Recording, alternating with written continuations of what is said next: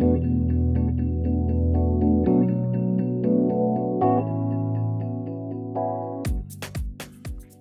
I'm Jeremy Allaire, and this is the Money Movement, a show where we explore the issues and ideas in this brave new world, digital currency and blockchains. A lot is going on in crypto, in digital currencies and blockchains, just an unbelievable amount of market activity, just continued surging growth in dollar digital currencies like USDC. It's growing from 4 billion to nearly 6.3 billion today. DeFi growth has been enormous, not just in the value of DeFi tokens, but in the amount of capital that's coming into them. And we're really starting to see a lot of different market participants and sectors really starting to pay attention here. And so this week, I'm super excited to be joined with Stani Kulechov from Aave. And we're going to have a great conversation on DeFi in 2021. And I'm sure we're going to cover a lot of really cool topics. Great to see you, Stani. You're muted. Hi, Jeremy. Do you hear me? Yeah, now I do. Okay, there's some connection issues on my side. Hope it gets better. But yeah, thanks for having me here in the show. Yeah, totally. Well, I know we were in the midst of a conversation last night on Clubhouse, so we'll just keep the conversation going.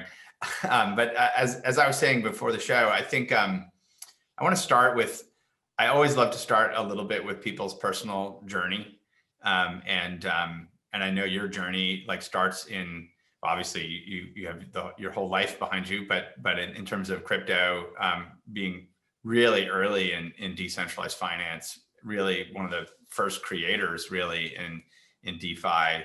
And I'd kind of love to hear, first just what was the aha moment that helped you get inspired to work on DeFi? What was it, the Ethereum white paper? Was it something after that? Where did that start? And then maybe a little bit of ETHLend's history, and then obviously we'll get into Aave in a little bit. Okay, so sorry, Jeremy, I found the issue. I actually had the the headphones didn't work that well. Okay, all right. So yeah, definitely. So I didn't hear everything, but I guess a little bit of how you got into your earliest inspiration getting into DeFi. You were really early, obviously, in the Ethereum community, and just want to hear a little bit of that, kind of what inspired you to start building in the space. Awesome, yeah. So I guess pretty much I've been always a bit involved in finance. So I started to code very early. I think I was 13 years old when I started to code PHP, and at 15 I got excited about Ruby and Rails. Never coded with Cold Fusion. I was actually I tried to do something. I was too young. I think I was 9 years old. So okay. My brother was more into that. That's great. And I think I was building more of financial applications when I was 18, and practically I run a lot of into kind of regulation, kind of topics in terms of regulation. And I went to study law, and because I really wanted to understand how you can build financial applications and how to deal with regulation. And at some point, end of my kind of studies, I started to do research on contracts, so how to make more efficient agreements. And one of the things I actually stumbled upon was Ethereum and smart contracts. And there was a interesting component there that you basically can create code that doesn't change in the sense that you can have it as an immutable code or community governance code. And that for me was kind of a moment when I realized that actually you could create all kinds of financial applications, and without the need of trust. And one of the things we started to build as a proof of concept was pretty much lending and borrowing. And this was 4.5 years ago. Right. Right. It's super cool. I mean, I think yeah, I actually had a background in political science and became a technologist and have always been interested. It sounds like you in this sort of intersection of sort of what governance is in the world at large, and then its intersection with open platforms and technology. And yeah, I mean, I think back in 2013, when the first kind of wave of companies, a lot of wave of companies were starting, like, as a technologist, what was interesting was not just like there's this digital currency, like it almost seemed like obvious, like, yeah, of course we're going to have digital currency to work everywhere, but it's this programmable money idea that was so powerful, and that can really radically change the world, and so that's why I got into it too. And like the building blocks just took a while to get in place. So I know if you were building ETHLend back 4.5 years ago, right, things were pretty raw. Yeah. So obviously, you've taken another attempt at it here with Aave, which is obviously achieving enormous success now. So obviously, congratulations. But maybe just a little bit of the origin of Aave. Yeah, I guess it was like at some point, I mean, we started with ETHLend and created kind of like first market for lending and borrowing on chain. And it was pretty much bilateral order matching, in the sense that we had users that wanted to lend out assets and other ones who wanted to practically borrow those assets against the collateral. And that was time when we didn't have actually that much of market capitalization in various assets that were used as collateral. So we decided not to go to a pooled kind of like collateralization model. And this was the time where actually stablecoins weren't existing in DeFi. So practically the borrowings were Ethereum or USD-backed Ethereum, which was kind of like a very tricky. So you can imagine the use case was not just narrow with the DeFi users back then, but also like what you could do with your borrowings. Yeah. And I think it was 2018 when the market conditions were a bit different, in the sense that there was a bear market that started quite heavily, and 2018 we kept continuing like building in different iterations, but we realized that kind of like ETHLend was a bit of a meme, in the sense that it's Ethereum lending, and we created the name, but we understood that we're creating a lot of more serious infrastructure, and we wanted to rebrand something that's more kind of like general, but has a very big community vibe. So we always been in the sense that we wanted to build kind of like, we build tech, but we also want to build a lot of culture, because end of the day, the tech and the finance is going to kind of like be connected with everything that will exist in the on-chain ecosystem. And then I think it was last year, 2020, January, we practically launched the Aave protocol.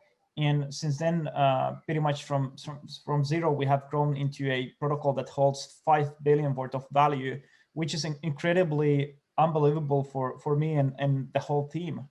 Yeah, it's truly incredible.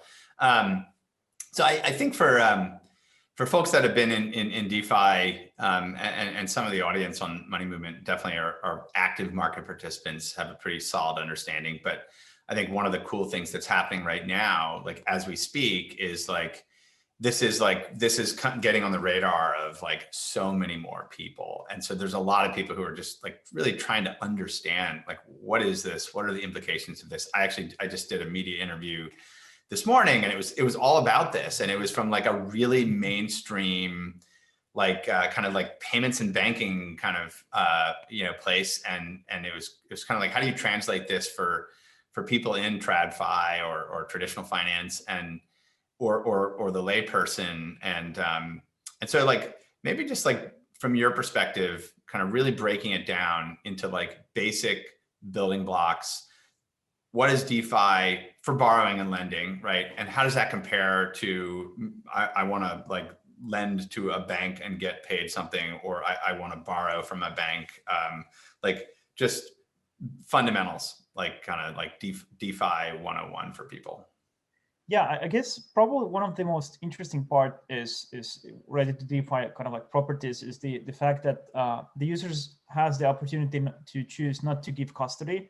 So as a DeFi user, and for me, DeFi is also Bitcoin, it's Ethereum, it's whatever is been built on Ethereum, which has decentralized governance.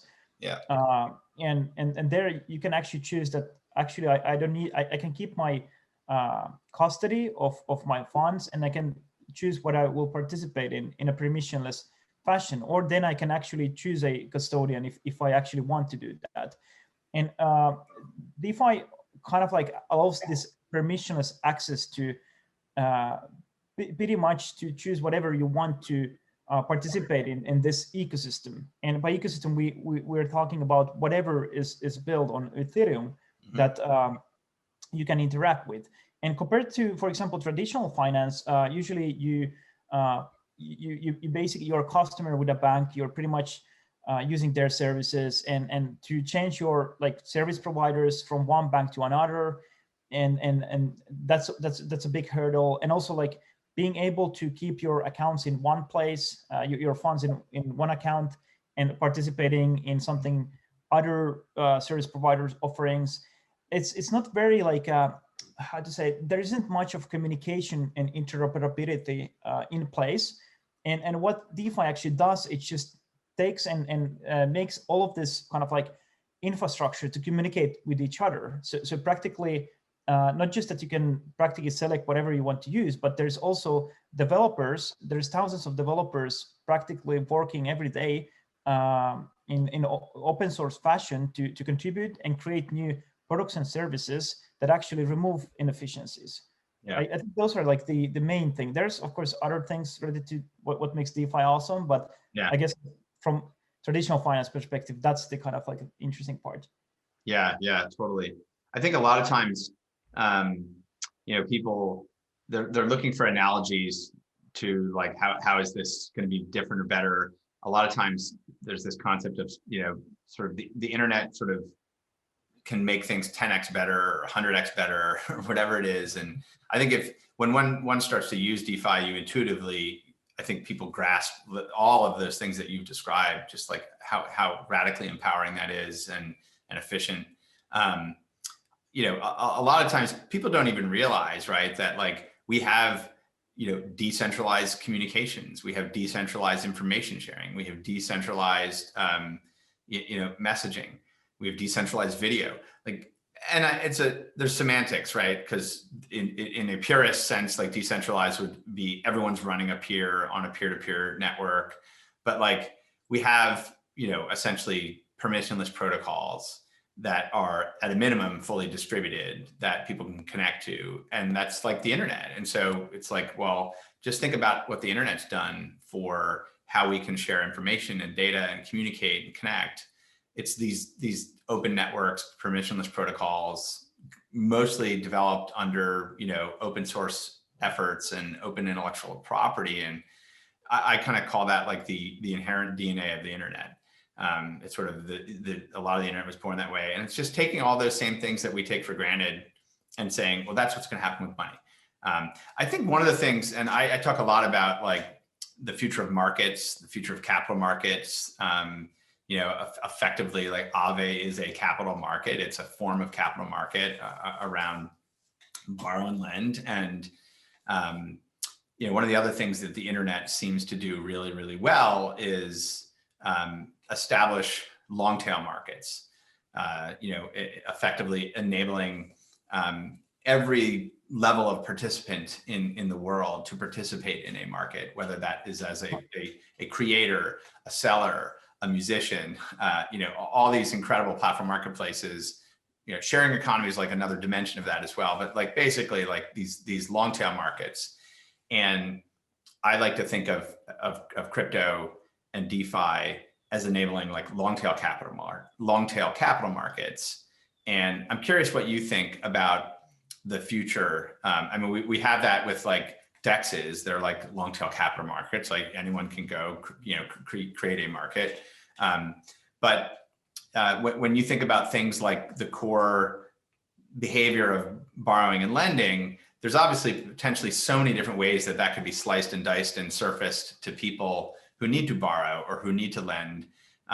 Do you envision, you know, Aave and the broader space, like continuing to really like diversify out the richness of how that can work so that it can service not just people who are, say, you know, pledging crypto to borrow on margin to trade, but like a more regular everyday kinds of borrow and lending?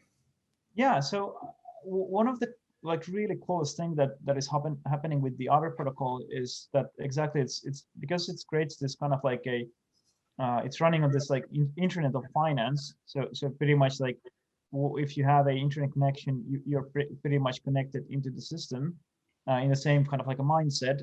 So anyone can actually get the same yields what the protocol provides. So it kind of like democratizes many things. So for example, I'm here in London now. I get the same access to the same yield as someone else will get from, let's say, Brazil, you know, Hong Kong, Singapore, and so forth. So kind of like that's the kind of main element, that you actually have this like global market, and pretty much when you deposit to Aave, let's say USDC, you get back so-called A tokens, so AUSDC.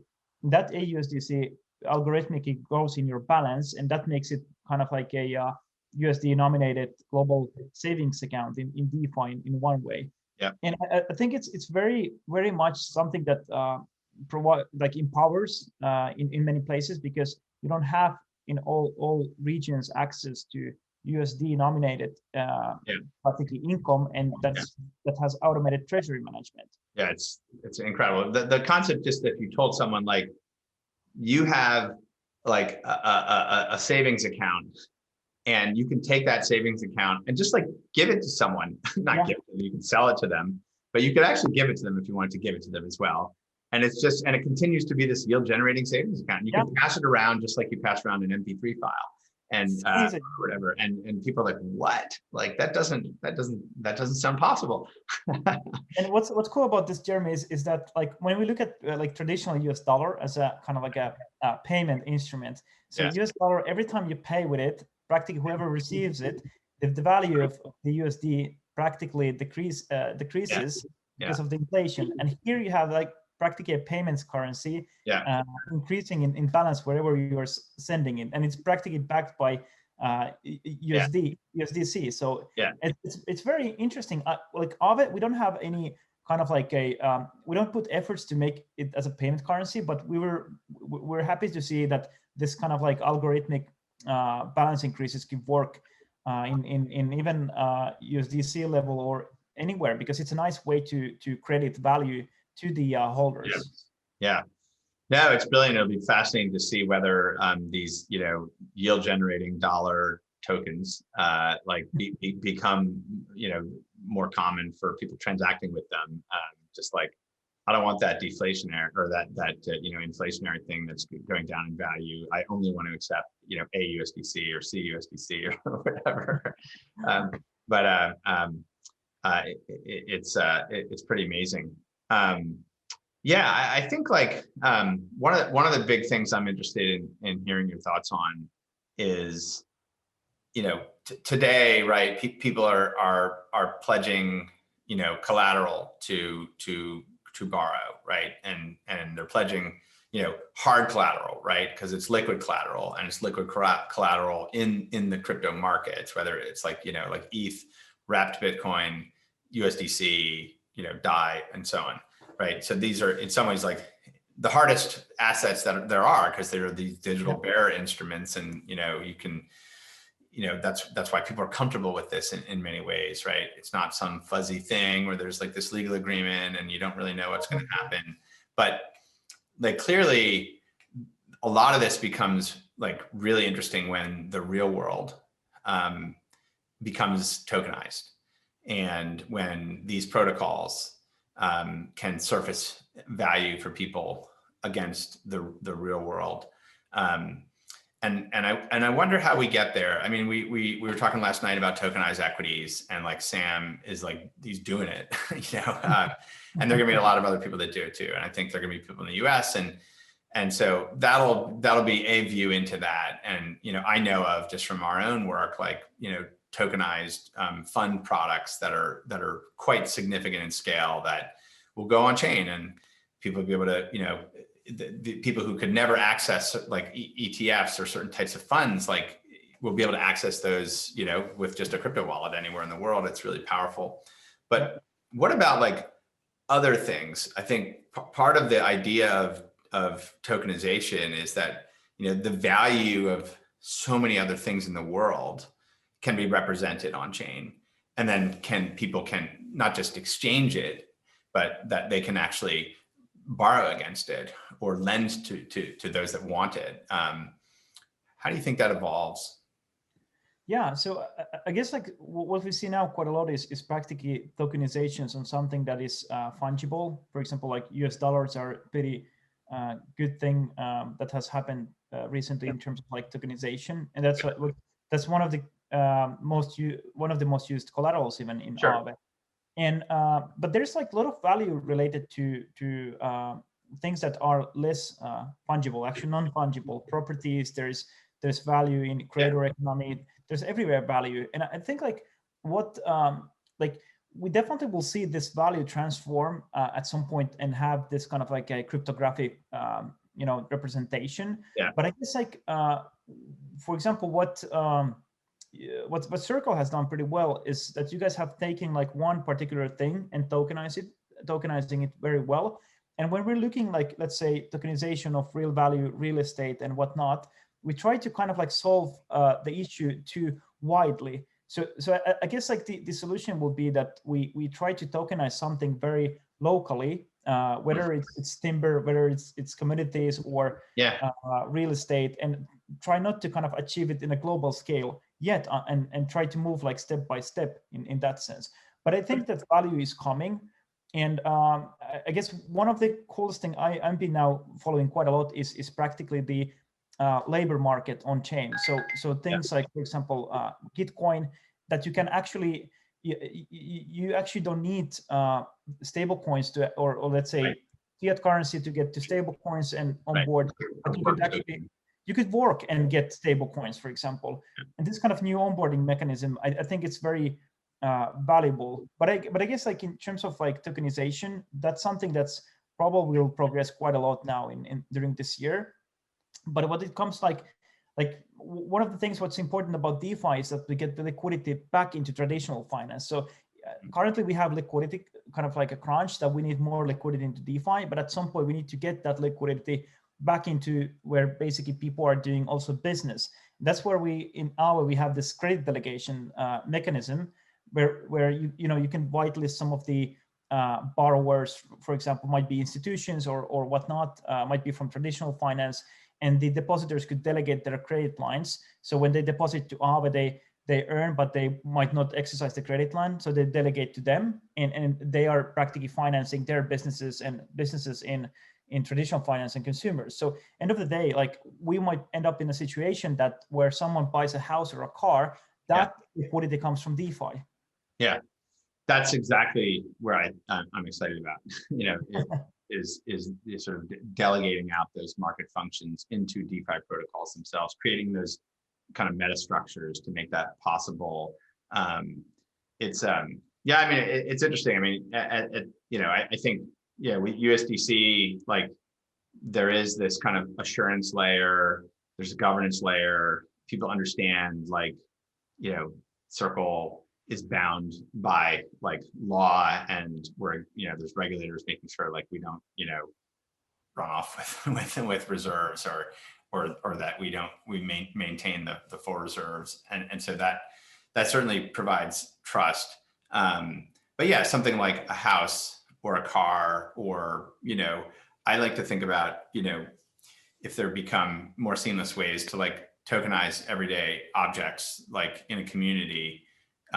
Tokenize, the snowblower. I live where there's a lot of snow, but like someone has a snowblower and it can be a community object, and you have good, basically. Yeah, public good, and you can transact on it. And I'm not sure if you've looked at our Zora. Yeah. I mean, it's a really powerful concept, and it sort of fuses, you know, real world objects with tokenization as non-fungible tokens that ownership can pass between people, and then they're sort of redeemable. And what Allure is doing is they're creating the assurance market so that market participants know, like, sort of like with eBay in the early days, like, how do I know, like, I'm going to get my Beanie Babies? How do I know you're not a fraudster, right? So the assurance layer is really, really key. Moving assurance models, risk and reputation models on chain as well can be very, very significant to this kind of thing. And our Zora is pretty fascinating, because I mean, it's like, I kind of see it, you know, as something like you have that today, like Etsy. So creators can actually do different kinds of physical object. You can make it and pretty much tokenized, so you have value, and you can tokenize before the object even practically exists in right theory. Yeah, they're doing that on our Zora. Like, there's people are saying, like, I'm here's the design for something I want to make. Yeah. It's a little bit of a, what was the crowdfunding site that people would make things for? It still exists. I forget what it's called. Kickstarter, right? Kickstarter, right? Yeah. So there's a little bit of that, which is like, you know, I'm going to make these, like, this limited edition, like, really cool designer jeans. I'm going to figure out how to make them, and I'm going to make 20 of them, and you can buy, you know, they're NFTs, and you can basically pay for them, and you'll get them, and it's creating a scarcity, you know, desirable object that then is tradable on chain as well. You know what's the cool part? Like, this allows actually more people to create things and less things. So you don't need to create, let's say, hundreds of thousands of t-shirts that are looking the same. You can create just less, and, you know, people want that. You know, it creates more brands and more kind of like creators as well. Like, it's really empowering. Yeah. And this is a little bit of what I was getting to earlier, which is, like, the internet's really great at long tail markets. And if we can actually move the marketplace and the role of the marketplace on chain, and we can bring, you know, forms of identity and reputation and that assurance layer that, you know, used to require, like, big intermediaries like eBay or you know, or Amazon or Alibaba, and you can have that be on chain, and you have, like, labor markets tokenized, so that, you know, you have this tokenization of work, and all that can happen through these efficient protocols. It's like this new substrate for organizing labor output, economic coordination, and actually making things for people that are useful and creating value, right? And cool part about that is, you know, kind of like what I will see, probably we already see it, that there's developers working in multiple protocols, and, you know, and collaborating quite a lot. So you kind of actually, like, with open source and with this, like, ownership economy, you actually can choose who you work with and what you work upon. And I think that's something that, if it starts to scale, it might be quite interesting. Like, yeah. Well, that's one of the things I wanted to talk to you about too, was, you know, you're community governed, you have a governance token. So, you know, again, just for the people who are new to this, right? Aave protocol, it's not a company. It's actually just this machine that exists on the internet. That's immutable. It's just this machine that provides this function as a public good to the world. It has some intrinsic economics, and it also coordinates work and coordinates decisions through the governance token.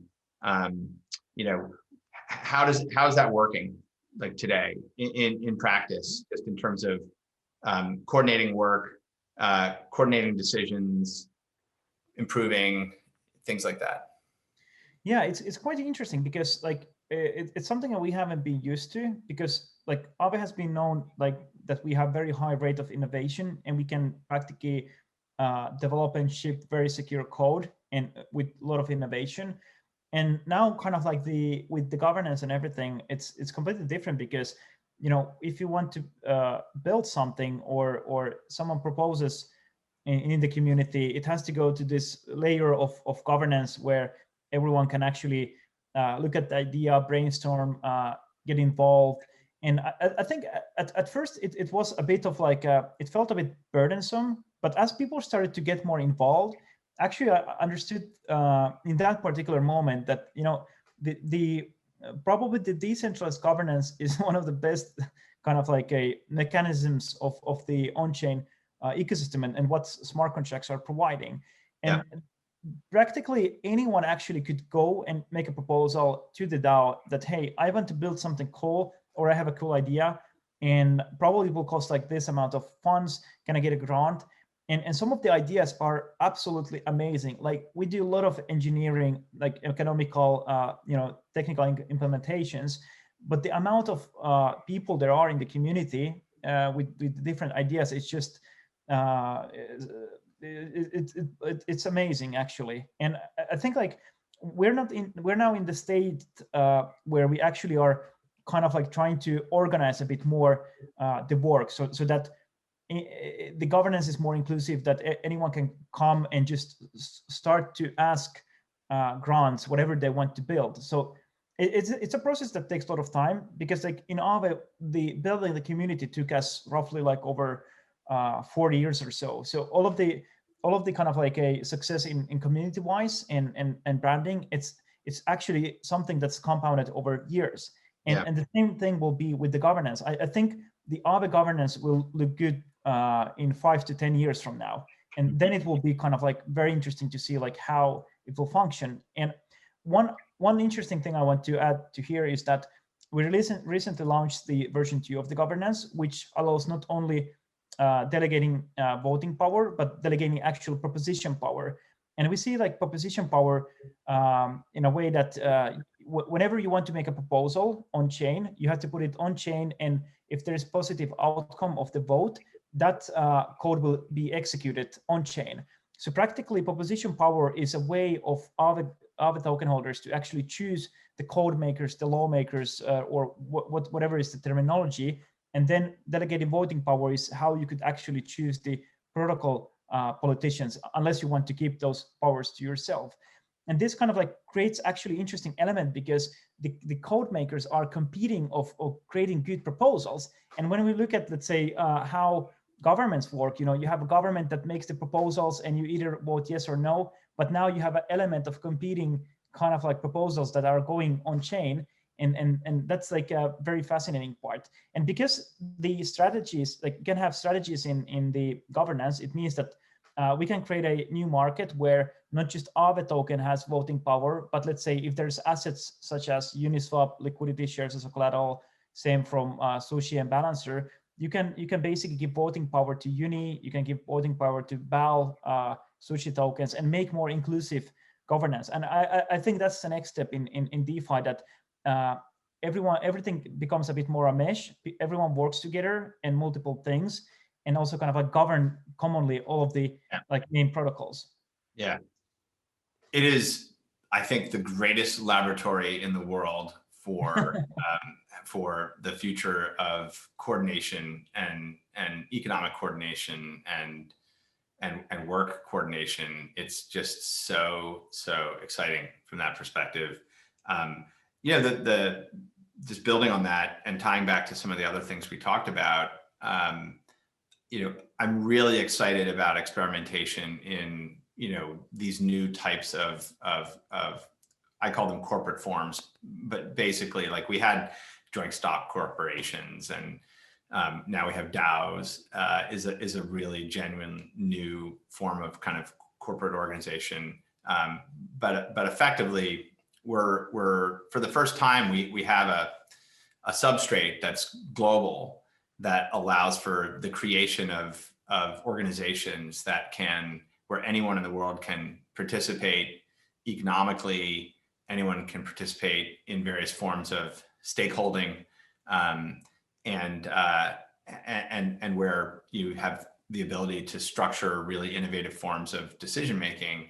And when you think about what a corporation is, right, it's a token that has certain privileges.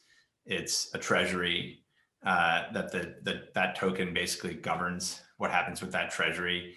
And then it's this nexus of contracts, maybe, between, there are entities and individuals that are interacting with that entity. And there's such this enormous edifice of legal, political, economic infrastructure to kind of support that. And now we're radically simplifying it, and in many ways. And I think one of the things I'm most excited about is to see what kinds of new corporate forms are created. I think one of the biggest questions for our industry is, how will governments treat these things?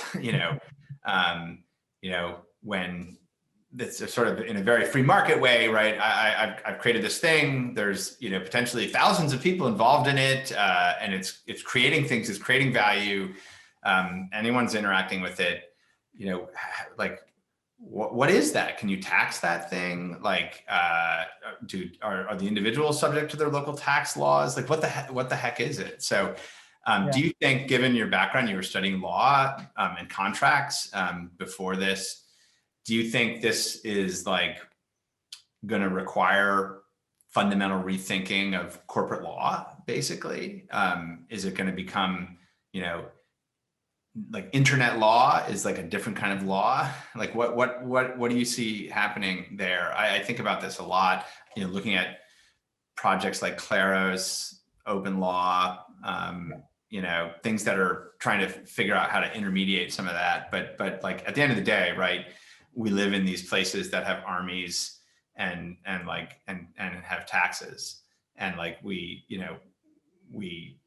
have to worry about that. Yeah, exactly. I mean, there is physical war, and I guess I've been thinking this quite a lot. So I mean, I spent all my time thinking everything related to on-chain stuff. But there's I think there's two paths. Like one path, we just try to figure out like how contractually what's happening here, which we could kind of like see that when people come together and they choose to use software to manage their relations, it's kind of like something that might be contractual, like contractual law, contractual agreement of like joint effort. And that's what many of the corporate forms are, but they also have these statutory provisions that in some cases give them practically limited liability, which is one of the key components. And if it's only based on contractual relationship, you can limit this liability against your counterparties in this kind of like a group. But then there's the third party creditor liability that you might not have the same effect as statutory law that gives limited liability. And I think that will be one way to just like draw simple conclusions, but I don't think like that will make that much sense compared to actually like trying to rethink what we have now. So trying to kind of like thinking that actually what we have here goes beyond like beyond what we are doing. Just like culture. Totally. I mean, just talking about like leveraging the multiple governance tokens to like create this nexus of these units of work organization that are connected to each other in these really ways. Like, what's that? Like, you can't do that very easily. Yeah, you can't. I mean, imagine this. Like, in Aave DAO, like we have quite a lot of like basically participants, and like globally, like it allows you to organize and decide on things transparently, and the result will execute. It's just like, why not? Why we can't have this kind of like governance everywhere? As a basis, like as a human right. Like there's totally. Yeah. Well, I'm hopeful that like, I mean, you're running a grand experiment, and it's just awesome. And like, this is in the spirit of open source. It's just like iterate, learn, improve, new proposals, new designs. And it just moves at such a powerful, fast pace. I'm really excited about, projects that are working on making creation of these types of organizations, much easier for people. Like I can imagine like like the Google apps of DAOs. And like, that's just like, you know, I want to like get going with this. I know Aragon was sort of in that spirit as well. And, but it, you know, it feels like we're still early there. And most, you know, most people aren't like, how do I start one of these? But there's a lot more people who want to start these. A lot. And what's interesting that Aragon was, I mean, they were very early in like DAOs was one of the first use cases of in like what you can build on Ethereum and the governance. And kind of like the development, there's been a lot of interesting stuff. There's the Moloch DAO. I mean, Argo has definitely done some interesting work. You know, Compound has been pretty nice governance. We innovated on governance as well a bit. And I guess like there will be more models, but still like, I think this is something that requires quite a lot of more innovation. There's still like, because like one model doesn't fit for everyone. And I think as we might be able to experiment more various type of governances, that makes it very interesting, because then I see kind of like the on-chain ecosystem where we can, you know, it's a big sandbox, so you can do a lot of things. There's also things that you can play around when you have a lot of value in big protocols, but when you are actually creating something that you are trying to test and you know, see how it works, and DAOs is exactly where you should do. And DAOs can be, you know, it doesn't have to govern finance only, it can govern the NFT ecosystem, gaming, and so forth. And gaming is actually a place where we should kind of like use it as a more of a sandbox and test like how the social interactions go there, and what you could actually use in finance even. Yeah, absolutely. Very cool. Well, awesome. This is just a great discussion. I'm super pleased we could do this today. Love the work that you're doing. And yeah, excited to just keep collaborating and building. Yeah, it was very fun. Thanks for having me here, Jeremy. Yeah, you're welcome. All right. See you next time. Thank you. Cheers. Yep. Cheers. Bye. Bye-bye. Really enjoyable discussion there with Stani, and just continuing to explore this new substrate that is forming this new global economic system in front of us at an incredible pace. Very exciting. We'll look forward to our next episode. Until then, stay well, stay safe, and stay informed.